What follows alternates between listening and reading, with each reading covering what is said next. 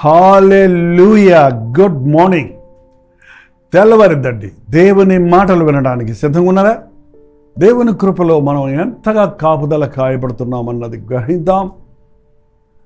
2025 సంవత్సరంలో ప్రవేశించి ఇదిగో 4 నెలలు ముగించి మే 1వ తారీఖులో మనం ప్రభువుని స్తుతించటానికి ఏంటంటే ఈ యొక్క సంవత్సరంలో దేవుడు మన కొరకు కలిగి ఉన్న ప్రణాళికలు ఎరిగి ఎంత మటుకు చేశాము, ఇంకా చేయవలసింది ఏంటి అన్న ఒక ప్రణాళిక.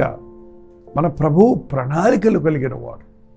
ఆయన ఆలోచనలు మనం ఎరిగినట్లయితే అద్భుతమైనగా మన జీవితం అమరుతుంది. ఆశీర్వాదకరంగా దేవుడు ఆశించిన స్థాయిలో జీవించగలుగుతాం. అందుకు కావలసింది ఆయన వాక్యపు నడిపింపులు. అవి మన జీవితాల్లో నెరవేరునట్లు మనకు అత్యవసరమైనది మోకాళ్ళ ప్రార్థన. రెండవ చిన్న ప్రార్థన. ప్రభువా నీకు వందనములయ్యా, మరొక నూతన మాసములో ప్రవేశించిన మేము యథేచ్ఛగా జీవించక ఈ ప్రణాళికలను ఎరుగుటకు ప్రతి దినమును విలువైన రోజుగా మా కొరకు నీవు కలిగి ఉన్న ప్రణాళికలన్నీ ఎరిగి వాటిని నెరవేర్చు వారిగా ఉండుటకు సహాయము చేయమని క్రీస్తు నామములో అడుగుచున్నాను తండ్రి. ఆమేన్.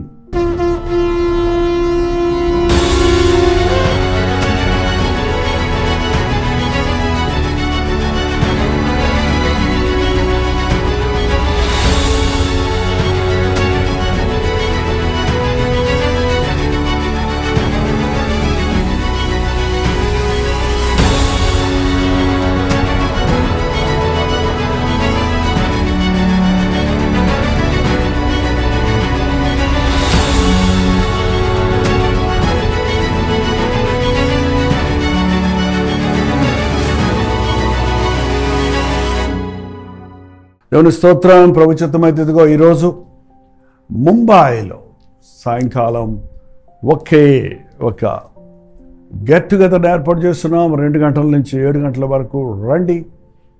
ముంబై పరిసర ప్రాంతాల్లో ఉన్న వారిని ప్రేమతో ఆహ్వానిస్తున్నాం. ఒకవేళ మీ బంధువులు స్నేహితులు ఎవరైనా ముంబైలో ఉంటే వారిని ఆహ్వానించండి. ముఖాముఖిగా వారిని చూడడానికి ప్రార్థించడానికి నేను ఆశ కలిగి ఉన్నాను. వివరాలు మీరు యాడ్లో ఉన్నాయి, వీక్షించండి. మనం ఇశ్రాయేల్ రాజుల గురించి వరుసగా నేర్చుకుంటూ వస్తున్నాం. ఈరోజు 10వ రాజు దగ్గరికి వచ్చున్నాం. ఇంతకుముందు మనం 20 మంది యూదా రాజుల గురించి అనేక విషయాలు హెచ్చరిక పొందాం.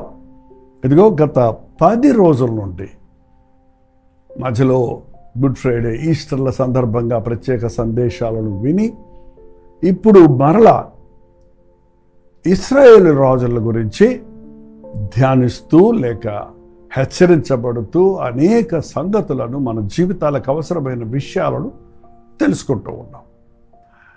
ఇంతవరకు వచ్చిన ఈ రాజులను చూస్తే ఎవరూ దేవునిని సంతోషపెట్టినట్టుగా, దేవుడు ఎంతో ప్రేమించి వారికి అర్హత లేకపోయినా, యోగ్యత లేకపోయినా, వారు దావీదు వంశం వారు కాకపోయినా కూడా దేవుడు వారిని ప్రేమిస్తున్నప్పటికీ వారిలో చాలామంది ఇంకనూ ఆయనను విసిగించేవారిగాని, వారి జీవితాలలో దేవుని ప్రణాళికలను ఎరగని వారిగానే ఉండడం చూస్తూ ఉన్నాం. యెరోబాము వంశము పూర్తిగా తుడిచివేయబడింది దేవునికి అవిధేయుడైనందున. ఆ తర్వాత వచ్చిన బయోషా వంశము కూడా ఒక 2-3 తరాలలో తుడిచివేయబడింది.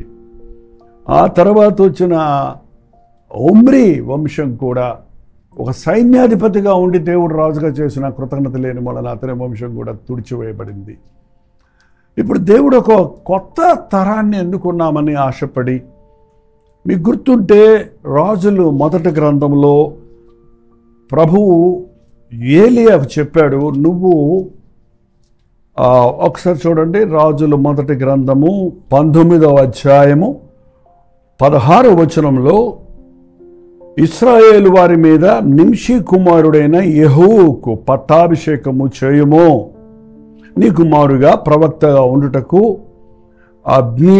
అబ్నేలు హోలా వాడైన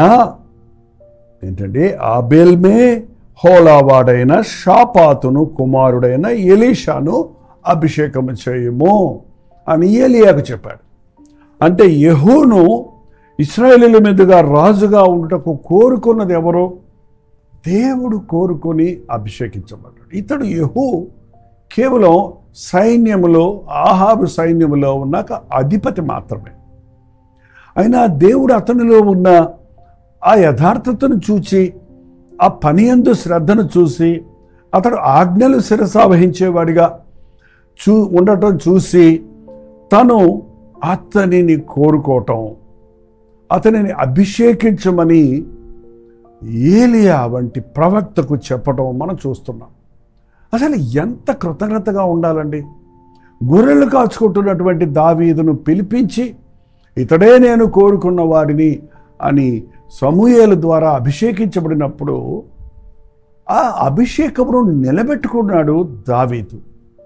దేవుని ముందు విరిగి నలిగిన హృదయంతో కనిపెట్టాడు, పోరాటాలలో నిలబడ్డాడు. దేవుని చిత్తానుసారమైన, ఆయన హృదయానుసారమైన వ్యక్తిగా జీవించగలిగాడు. ఈ సంభవాలన్నీ ఎరిగినటువంటి ఈ యెహూ వంటి వాడు రాజు అయినప్పుడు ఎంత కృతజ్ఞత కలిగి ఉండాలి, ఎంతగా దేవుని యందు శ్రద్ధ కలిగి ఉండాలి, లేక దేవుని ఆజ్ఞలు నెరవేర్చిన వాడిగా ఉండాలి. ఈ విషయం మనం 2 రాజుల గ్రంథం 9వ అధ్యాయంలో చూస్తున్నాం. అక్కడ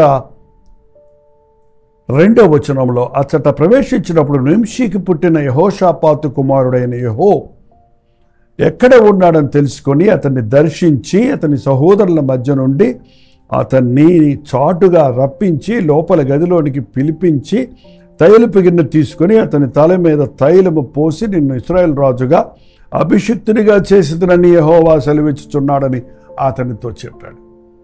ఎంతోమంది సహోదరులు ఉన్నారు అతనికి, ఎంతోమంది ఇతరులు ఉన్నారు. కానీ ఇతన్ని ప్రక్కకు పిలిచి, నిన్ను దేవుడు ఇశ్రాయేలుల రాజుగా ఉండుటకు అభిషేకించున్నాడు. ప్రతి ఉదయం దేవుని మాట వింటున్న మీరు, దేవుడు మిమ్మల్ని ఎలా వెతికి పట్టుకుంటున్నాడు, ఎలాగూ ప్రతిరోజు తన వాక్యముతో మిమ్మల్ని అభిషేకించాలని, తన వాక్యము ద్వారా తన చిత్తాన్ని మీ పట్ల తెలియపరచాలని ఆశిస్తున్నాడు అన్నది ఏమన్నా గమనిస్తున్నారా? ఏదో వాక్యం వింటున్నాం, ఏదో ప్రభువుని నమ్ముకున్నాం, అసలు ఎందుకొరకు యేసును నమ్ముకున్నాం, ఎందుకొరకు బ్రతుకుతున్నామన్న గమ్యం లేకుండానే ఈ రోజున అనేక మంది క్రైస్తవులు అనబడిన వారు రక్షించబడ్డాము, బాప్తిసం పొందాము, ప్రభు బిడ్డలము, ఈవెన్ సేవకులము, పాస్టర్లు అన్నవారు కూడా దైవ నిర్ణయాన్ని, దైవ చిత్తాన్ని, దైవ ప్రణాళికలు ఎరగని వారిగానే ఉంటున్నారండి. మనకంటే యోగ్యులు ఎందరో ఉండగా, మరి ఎందరెందరో ఈ ప్రపంచంలో ఉంటుండగా నిన్నే ఎందుకు కోరుకున్నాడు? నీ అందు ఏదో ఆశిస్తున్నాడు ఆయన. ఆయన మనసులో ఉన్న కార్యాలు చేయడానికి మనిషి కావాలండి దేవునికి. ఏ మనిషిని పడితే ఆ మనిషిని వాడుకోలేడు. ఆయన ఆ మనిషిని అభిషేకించకుండా, పరిశుద్ధపరచకుండా, అతన్ని టెస్ట్ చేయకుండా, పరీక్షించకుండా నా మాట వింటాడా లేదా? ఒక మాట వింటే కదా, చిన్న మాట వింటే ఆ తర్వాత నెక్స్ట్ మాట చెప్తాడు ఆయన. తన యొక్క ఆలోచనలు, దేవుని ఆలోచనలు ఉన్నతమైనవండి.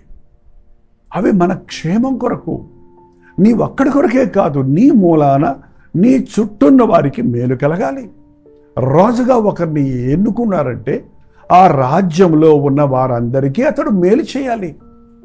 ఇశ్రాయేలీయుల మీద రాజుగా ఉండడానికి ఒక వ్యక్తిని కోరుకున్నాడంటే ఆ ఇశ్రాయేలీయులందరూ సురక్షితంగా ఉండాలి, దైవ భయములో ఉండాలి, దైవాన్వేషణలో ఉండాలి, దైవ చిత్తంలో నడవాలని.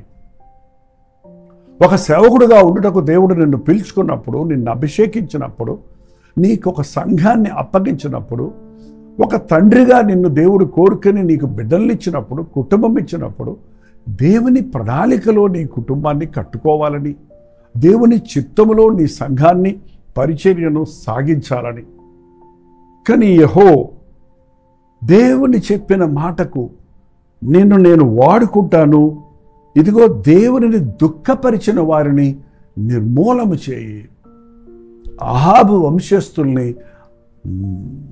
తుడిచివేస్తానని మాటిచ్చాను. నా మాట నెరవేరటానికి అది క్రియలలో నీ ద్వారా నేను జరిగిస్తానని ఆహాబు చేసిన దుర్మార్గమైన పనులు తప్పుదారి పట్టించి ప్రజలను మూర్ఖులుగా చేసి ప్రజలను దేవుని మీద దేవుని వైపు నుండి తిప్పివేసిన వాటన్నిటినీ అతడు పడగొట్టమని చెప్పినప్పుడు ఆ రీతిగా చేశాడు యెహూ. ఈ పేరంటే ఆయన పేరు యెహూ. 10వ అధ్యాయం చూడండి, రాజుల 2వ గ్రంథం 10వ అధ్యాయము 28వ వచనం చదువుతున్నాను చూడండి. ఈ ప్రకారంగా యెహూ బయలుదేవతను ఇశ్రాయేలు వారి మధ్యన ఉండకుండా నాశనము చేశాను. బయలుదేవత, రకరకాల దేవతలు మనకు తయారవుతున్నారండి వాళ్ళ. ఇది పేర్లు పెట్టిన ఆ బొమ్మల దేవతల సంగతి పక్కన పెట్టండి, దెయ్యాల వలె ఆ పూనకాలు పూని మాట్లాడే దేవతల పక్కన పెట్టండి.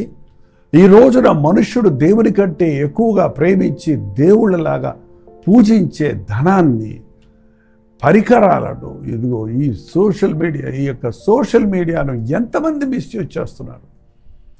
ఒక సెల్ ఫోన్ నీకు ఎంతో ప్రయోజనకరంగా ఉండడానికి దేవుడు కనుగొనింపజేస్తే దానిని మిస్యూజ్ చేస్తున్నాం కదా. అది నీ అవసరతల కొరకు వాడుకోకుండా అదే దేవుడిగా 24 గంటలు నిన్ను విడవను ఎడబాయనన్నట్టు ప్రతి వాడి చేతుల్లో ఈ సెల్ ఫోన్ ఉండటం ఈ రోజున చూస్తున్నాం. ఉదయం లేచిన దగ్గర నుండి కన్ను మూసి నిద్రపోయే వరకు దానిలో ఉన్న సమాచారాలతోనే మనసును నింపుకుంటూ అదే ధ్యాస కలిగిన వారిగా ఆ యొక్క దుర్మార్గపు ఆలోచనలతో ప్రేరేపించబడి దుష్టత్వానికి చోటించేవారిగానే ఉన్నారు. కానీ దేవుని మాటలు విందామనే ఆశ కానీ దేవుని చిత్తాన్ని ఎరగాలనే ఆశ కానీ లేనివారిగానే ఉన్నారు. నీ సెల్ ఫోను నువ్వు ఎంత లోకం కొరకు వాడుతున్నావు, ఎంత దేవుని కొరకు వాడుతున్నావు.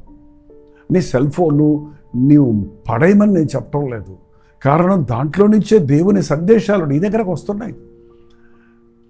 ఎంతో విషయాలు తెలుసుకుంటున్నావు అన్నది ముఖ్యం కాదండి. నువ్వు తెలుసుకున్న విషయాల్లో ఏది సత్యం అనేది గ్రహించటమే వివేకం. అనేక విషయం తెలియజేస్తుంది ఈ సోషల్ మీడియా అనండి, లోక జ్ఞానం అనండి. కానీ ఇందులో మనకు అవసరమైనది అని ఎన్నుకోవటమే నిజమైన దైవ జ్ఞానం, వివేకం. అది లేనివాడు అన్నిటితో పాటు దేవుని మాటలు కూడా పక్కన పెట్టుకున్నానంటం వల్ల, దేవుని మాటలోని ప్రత్యేకతను ఎరగని వారిగా ఉండటం వలన ప్రయోజనం లేదు. యెహూ దేవుడు చెప్పినట్లుగా బయలుదేవతను నిర్మూలన చేశాడు. ఆ వంశం వారిని దేవుడు చెప్పినట్టుగా తను నిర్మూలన చేశాడు. అన్ని విషయాలలో అతడు దేవుని చిత్తాన్ని కొంత మట్టుకు వెంబడించాడు. కానీ ఒకటి ఉంచేశాడు.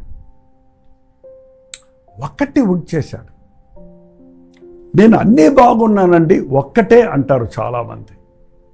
ఆ ఒక్కటే నేను విడవలేకపోతున్నాను. అది స్మోకింగో, డ్రింకింగో, డిబ్యాచరీయో, వ్యభిచారమో, అది లోకాశో, శరీరాశో, ధనాశో. ఒక్క విషయంలోనే కదా నేను సరిలేను, అన్నిట్లో నేను సరిగా ఉన్నాను. ఆ కోపం ఒక్కటే నేను కంట్రోల్ చేసుకోలేకపోతున్నాను అన్నవారు చూడండి, ఓడిపోయిన వాళ్ళే. ఆ ఒకటి చాలు నిన్ను నాశనం చేయటానికి. అందుకే ప్రభువా, నీకు ఒకటి కుదువుగా ఉంది. నువ్వు 99 విషయాల్లో సరిగా ఉన్నావేమో, నీవు సరిలేని విషయంలో నీవు సాతానుకు చోటిస్తున్నావు. ఆ ఒకటి పట్టుకొని నిన్ను దిగజారుస్తుంది సాతాను. చెప్పినట్టుగా చేసినట్టు యెహూ కనపడుతున్నాడు. అయితే 29వ వచనంలో 2 రాజులు 10వ అధ్యాయము 29వ వచనంలో, అయితే ఇశ్రాయేలుల వారు పాపము చేయుటకు నెబోతు కుమారుడైన యెరోబాము కారకుడైనట్టు యెహోవా కూడా అందుకు కారకుడై, నేను చేయలేదండి ఆయన చేశాడు అంటే కుదరదండి. యెరోబాము ఇశ్రాయేలీయులను పాపము చేయుటకు కారకుడయ్యాడు. ప్రభు చెప్పాడు, ఆ వంశాలను, ఆ పద్ధతులను తుడిచివేయటానికి నిన్ను కొత్తగా నేను ఎన్నుకున్నాను, నీవు నా కొరకు జీవించు అని ప్రభు ఎన్నుకుంటే చిల్లరవన్నీ సరిచేశాడు, చిన్నవన్నీ మానేశాడు. కానీ అసలే ఇశ్రాయేలీలు రాంగ్ స్టెప్ తీసుకోవడానికి ముఖ్యమైన కారణమైన యెరోబాము చేసిన తప్పు, దేవాలయానికి వెళ్లకుండా బంగారు దూడలను పెట్టి దేవుని బిడ్డలను తప్పుదారి పట్టించిన తప్పును విషయంలో మాత్రం ఈ నెహు కూడా ఏకీభవించాడు. బేతేలు, దాను అనే స్థలములలో ఉన్న బంగారు దూడములను అనుసరించుట మానలేదు. కాబట్టి దేవుడు అన్నాడు, కావున యెహోవా యెహూతో నీకు ఇలాగ సెలవిచ్చాను, నీవు నా హృదయ ఆలోచన అంతటి చొప్పున ఆహాబు కుటుంబీకులకు చేసి నా దృష్టి న్యాయమైనది జరిగించి బాగుగా నెరవేర్చితివి గనుక నువ్వు ఈ ఒక్క విషయంలో సరిచేయలేదు, కానీ నా హృదయ ఆలోచనలో చొప్పున మిగిలిన విషయాలన్నీ చేశావు గనుక. దేవుడండి ఎప్పుడు ఎవరికి అచ్చి ఉండడండి. దేవుడు ఎప్పుడు కూడా మనం చేసిన వాటిని, దేవుని మాట వినటం వలన కలిగే ప్రయోజనాన్ని తీసివేయడు ఆయన. నువ్వు ఒక విషయంలో తప్పు చేశావని అన్ని విషయాల్లో నిన్ను విడిచిపెట్టడండి. నేను అందుకే చూస్తున్నాను, చాలామందిని దేవుడు విడిచిపెట్టినప్పటికీ వారి ఆర్థిక వ్యవస్థ కూలిపోదు, కొన్నిసార్లు వారి ఆరోగ్యం పాడవ్వదు. ఎందుకా నేను ఆలోచిస్తుంటే, వారు దేవుని మాట విన్నందుకు, కొన్ని విషయాలు విన్నందుకు ఆ విషయాల్లో ఆ ఆశీర్వాదాన్ని దేవుడు పీకటం లేదండి. కానీ పూర్ణమైన దీవెన దేవుని మాట పూర్ణంగా విన్నప్పుడే మనకు ఉంటుంది. దేవుడి ప్రణాళిక నీ పట్ల సంపూర్ణంగా నెరవేరాలంటే నీవు సంపూర్ణంగా ఆయనకు విధేయుడు అవ్వాలి. నువ్వు నా మనసులో ఉన్నది చేశావు కాబట్టి నేను నీ కుమారులను 4 తరముల వరకు ఇశ్రాయేల్ రాజ్య సింహాసనం మీద ఆసీనులగునట్లు అనుమతిస్తున్నాను. మిగిలిన రాజులు చూస్తే యెరోబాము సంతతి 2 తరాలతో ఆ వంశం మొత్తం పోయింది. బయోషాది 2 తరాలతో మొత్తం పోయింది. ఒమ్రీది 3 తరాలతో మొత్తం తుడిచిపెట్టబడ్డారు. కానీ ఈ యెహూ, నీవు నా మాట కొంత మటుకు నువ్వు నా మాటలు నెరవేర్చావు. నువ్వు చెయ్యవలసింది చేశావు, చెయ్యకూడనిది చేయిస్తున్నావు. చెయ్యవలసింది చేసినందుకు నీకు ప్రతిఫలమిస్తుంది ఏంటంటే, నిన్ను మాత్రం నేను అంగీకరించలేదు, కానీ 4 వంశాల వారిని రాజులుగా అంగీకరిస్తున్నాను అని చెప్పాడండి. హల్లెలూయా, హల్లెలూయా. దేవుడు ఎప్పుడు మనకు అచ్చుండేవాడు కాదు. నీవు దేవునికి సంపూర్ణంగా లోబడటం ఎంతో మేలు. ఆయన మాట వినటం మనకి ఎంతో మేలు. కొన్ని విని కొన్ని వినకపోతే కొంత దీవెనలు, కొన్ని విషయాల్లో ఆశీర్వాదాలు ఉంటాయేమో, కానీ అన్ని విషయాల్లో పరిపూర్ణమైన దేవుని చిత్తం జరగాలంటే పరిపూర్ణంగా ఆయనకి లోబడదాం.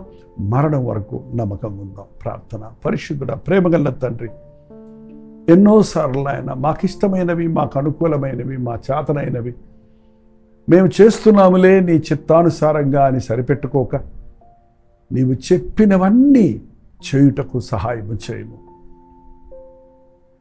నీవు చెప్పినవి చేయటమే కాక మేము చేయకూడనివి మానటానికి సహాయం చేయ. చేయవలసినవి చేయకపోవటం ఎంత తప్పో, చేయకూడనివి చేయటం అంతే తప్పన్నది మేము గ్రహించి, దేవా వాటిని మానక వీటిని చేయవలనని ఆనాడు నీవు చెప్పినట్లుగా నీ ఆజ్ఞలను మానక నీ ప్రేమను కనుపరచుటకు, నీ చిత్తములో మేము చేయుటకు, బ్రతుకుటకు సహాయం చేయు. తప్పు చేయకుండటమే కాక మేలు చేయటము నేర్చుకున్నటకు మా ఒక్కొక్కరికి సహాయము చేయమని క్రీస్తు నామములో అడుగుచున్నాను తండ్రి. ఆమేన్. మన తండ్రి అయిన దేవుని యొక్క ప్రేమయు, కుమారుడైన క్రీస్తు యొక్క కృపయు, ఆదరణకర్త అయిన పరిశుద్ధాత్మ యొక్క సహవాసములు కూడి వచ్చిన మనందరికీ ఇప్పుడు సదాకాలం తోడైండును గాక. ఆమేన్. దేవుని స్తోత్రం. మీ ప్రార్థన వసతులు భారాలు 9540 నెంబర్కి, మీరు ఇతర దేశాల్లో ఉంటే 9100 నెంబర్కి ఒక టెక్స్ట్ లేక వాయిస్ మెసేజ్ ద్వారా వాట్సాప్ పెట్టండి. రోజు ఈ విషయం మీకు చెప్పాలా? చెప్తేనే పెడుతున్నారు కాబట్టి మళ్ళీ చెప్తున్నాను. కొంతమంది విని విసిగిపోతున్నారేమో, కొత్తగా కొంతమంది జాయిన్ అవుతున్నారు కాబట్టి ఈ విషయాలు గమనించండి. 9540 నెంబర్కి, అలాగే ఇతర దేశాల్లో ఉంటే 9100 నెంబర్కి. మేము కేవలం మీరు వాక్యం వినేవారిగానే కాక విన్నదాని ప్రకారంగా అనుసరించేవారిగా ఉండాలని, మీ పట్ల మేము జవాబుదారీగా ఉండి మీకోసం ప్రార్థించి మిమ్మల్ని బట్టి ప్రభువును స్తుతించేవారిగా ఉండాలని ఆశపడుతున్నాం. ప్రభు చిత్తమైతే మధ్యాహ్నం 3 గంటలకు హెచ్చరిక, అలాగే రాత్రి 9 గంటలకు కల్వరి ప్రతిధ్వనిలో మళ్ళీ కలుసుకుంటాం. అలాగే ఈరోజు రాత్రి సాయంకాలం 7 గంటల నుంచి సాయంత్రం 2 గంటల నుంచి సాయంత్రం 7 గంటల వరకు ముంబైలో ఉన్న గెట్ టుగెదర్లు వీలైనంత వరకు లైవ్ ఇవ్వడానికి ప్రయత్నిస్తాం. లేని ఎడల మీరు మా పరిచర్య కొరకు ప్రార్థించండి. ఆ టైంలో మీరు హాజరు అవ్వాల్సిన వారు రాగలిగిన వారు వచ్చి హాజరవ్వండి. ఉచితమైతే మళ్ళీ కలుసుకుందాం. అంతవరకు దేవుని మహాకృప మీకు తోడైన దాకా.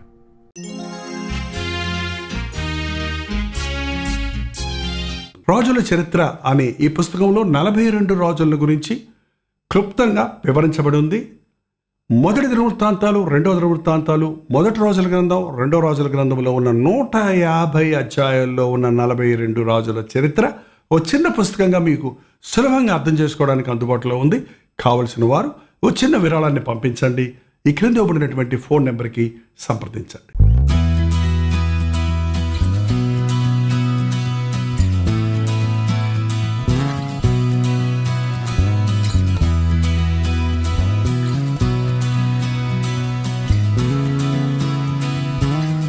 హల్లెలూయా.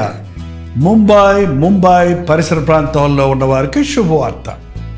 ప్రభు చిత్తమైతే మే 1వ తారీఖు ఒక ప్రత్యేకమైన గెట్ టుగెదర్ మీటింగ్ను మీ కొరకు ఏర్పాటు చేస్తున్నాం. కేవలం సాయంత్రం 6 గంటల నుంచి 10 గంటల వరకు జరిగే ఈ ఒక్క మీటింగ్కి ఖచ్చితంగా మీరు హాజరవుతారని, ముఖాముఖిగా మిమ్మల్ని చూడడానికి, వ్యక్తిగతంగా మీకు ప్రార్థించడానికి, దేవుడిచ్చిన సందేశాన్ని మీకు అందించడానికి చెన్నై నుంచి మేము ముంబై వస్తున్నాం. రండి, ఈ గెట్ టుగెదర్ మీటింగ్లో పాల్గొని దైవాశీస్సులు పొందండి. చిరునామా గమనించండి. Morning star English school, సయాన్, Dharavi, Mumbai. ఇంకా విషయమై మీకు వివరాలు కావాలంటే 8939393939 నెంబర్ మీరు కాల్ చేయండి, లేక వాట్సాప్ మెసేజ్ పెట్టండి. లింక్ మీకు పంపిస్తాం. రండి, మీ స్నేహితులతో, బంధువులతో రండి. ప్రత్యేకంగా ప్రార్థిద్దాం. ప్రభు సన్నిధిలో మన వ్యక్తిగత భారముల కొరకు, అనేకుల కొరకు విజ్ఞాపన చేద్దాం. దేవుని వాక్యాన్ని ధ్యానిద్దాం. పాల్గొనండి, దైవాశీర్వాదాలు పొందండి. తప్పకొస్తారు కదా.